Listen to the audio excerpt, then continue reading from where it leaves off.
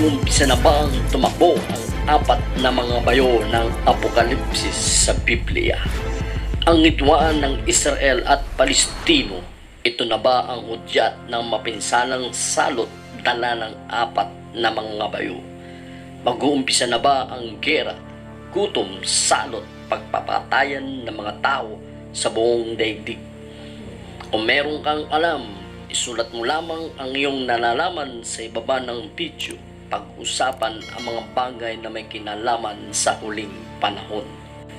Bago ang lahat, bumabati ako ng isang mabiyayang araw, mga kapulpit. Narito ang kaabang-abang na istorya na makapagbibigay linaw sa naihimbing ninyong damdamin. Ang apat na nilalang na nakasakay sa apat na kabayo. Ano nga kaya ang mensahe na nais ipahatid sa ating panahon, puno ng kaguluhan at maging sa hinaharap na panahon? Ang apat na kabayong nagtataglay ng kahindik-hindik na pangyayari upang isakatuparan ang kalagim-lagim na sasapitin ng mundo. Ano ang hiwagang bumabanot sa apat na mga bayo sa ating panahon? Panahon na puno ng takot at panganib. Kung nais mong maabot ang pinakamalalim na lihim ng aklat ng Apokalipsis, sama-sama nating bungkalin ang malalim na hiwagang nakapaloob sa apat na nilalang na nakasakay sa kabayo. At nakita ko ang isang kabayong puti na ang nakasakay ay may hawak na pana. Binigyan siya ng korona at siya'y umalis upang patuloy na manako. Ang pahayag sa 6:2 ay isang kontrobersyal at palaisipan. Maraming lumalabas na teorya hinggil sa nasabing talata.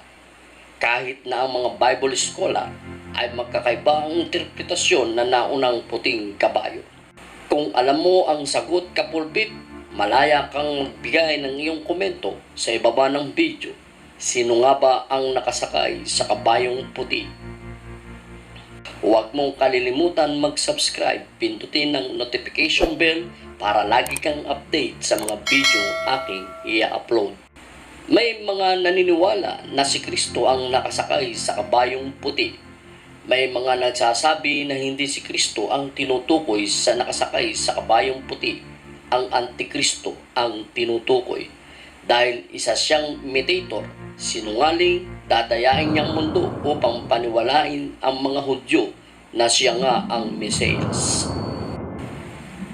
Paghambingin natin ang aklat ng Pahayag, Kapitulo 6 at ang Kapitulo 19 na parehong may mababasang kabayong puti. Una, hindi binanggit ang pangalan na nakasakay sa kabayong puti. Kapitulo 19, talatang 11. Pagkaraan nito'y nabuksan ng langit at nakita ko ang isang kabayong puti. Ang sakay nito'y tinawag na tapat at totoo. Mga kapatid, ang Diyos at si Kristo lamang ang nag-aangkin ng ganitong pangalan, tapat at totoo.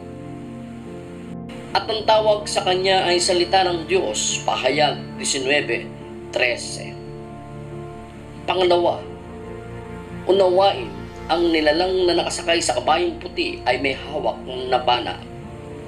Sa Kapitulo 19, talatang 15, tabak ang lumalabas sa kanyang bibig. May matalim na tabak na lumalabas sa kanyang bibig upang gamitin niyang panlupig sa mga bansa. Sinasagisag ni Kristo ay tabak at hindi pana. Ang tabak ay sumisimbolo sa salita ng Diyos. Ang salita ng Diyos ay buhay at mabisa, mas matalas kaysa anumang tabak na sa magkabilay may talim. Ito'y tumatagos maging sa kayabuturan ng kaluluwa at espiritu ng mga kasukasuan at puto at nakaalam ng mga iniisip at binabalak ng tao. Hebreo 4:12. Samantalang ang pana ay sumisimbolo sa digmaan. Pangatlo, binigyan siya ng korona. Means, mga kapatid, nagsusuot ng isang solong korona ang nakasakay sa kabayong puti. Sa Kapitulo 19:15, at napuputuhan siya ng maraming korona. Ang Panginoong Hesus ang tinutukoy dito sa talatang ito na napuputungan ng maraming korona. Pangapat, ang nakasakay sa kabayong puti, ang nakasunod sa kanya ay 3 kabayong nakakapanindig balahibo ang anyo at kakaiba ang kulay. Sa Kapitulo 19, talatang 14, sumusunod sa kanya ang mga hukbo ng langit na nakadamit ng malinis at puting lino at nakasakay rin sa mga kabayong puti. Panglima, ang unang kabayong puti ay walang marka man lang sa kanyang katawan o hita man na makikita o mababasa. Samantalang ang pahayag 19, talatang 16, nakasulat sa kanya ang kasuotan at sa kanyang hita ang ganitong pangalan, Hari ng mga hari at Panginoon ng mga Panginoon. Ang Apokalipsis Kapitulo 6, talatang 2, ang Antikristo nga na magpapanggap na Kristo na darating din naman lulan ng isang puting kabayo na madadaya niya ang Israel, ang buong mundo na siya ang tagapagligtas.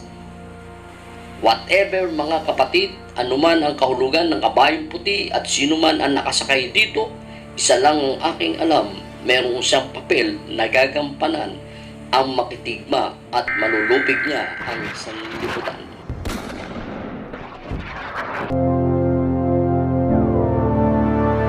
Isa namang kabayong pula ang lumitaw na ang nakasakay ay binigyan ng kapangyarihan magpasimula ng digmaan sa lupa upang magpatayan ang mga tao. Binigyan siya ng isang malaking tabak, pahayag 6:4. Sa 4 na kabayo ng Apokalipsis, ang pangalawang kabayo ang pinakampamilyar sa tao dahil na rin sa kanyang kulay. Kahit naman sino kapag pinag-usapan ng kulay pula, ito'y sumasagisag sa labanan o gera. Lumitaw ang pulang kabayong, taglay ang malaking tabak, sumisimbolo sa digmaan, pagdanak ng dugo, revolusyon at pagpapatayan ng mga tao. Ang tao ay nabubuhay sa pamagitan ng iba't ibang pagdanak ng dugo sa buong kasaysayang ng mundo at tradisyon nito.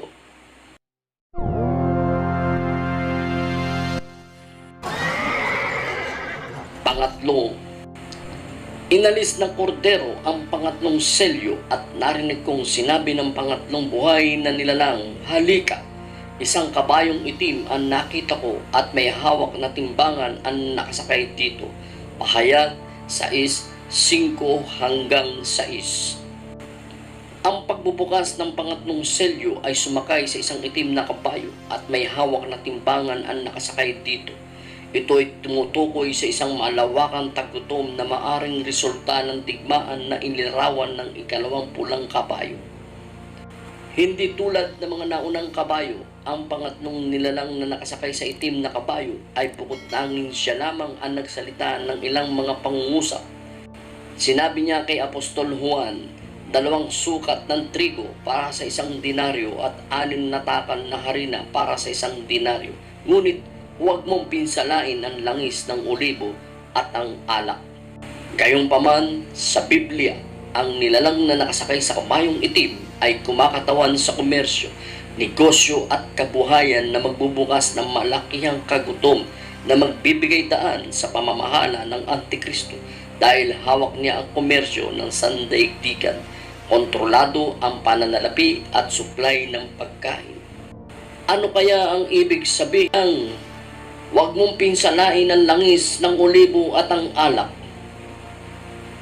Ang langis ng olibo ay ginagamit para sa mga seremonya sa templo at tabernakulo, sa mga pagpapahid, sa mga pagniningas sa mga ilawan at para sa pagkain. Minsan ang langis ng olibo ay sagisag ng kalinisan at banal na espiritu. Maraming mga teorya ang umiikot sa pagbanggit ng langis at alak sa nakasakay sa itim na kabayo.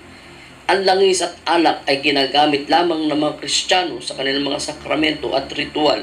Subalit sa pagkakataong ito lamang dalawang ito ang hindi napinsala sapagkat mahalaga ang langis at alak sa panahon ng tribulasyon.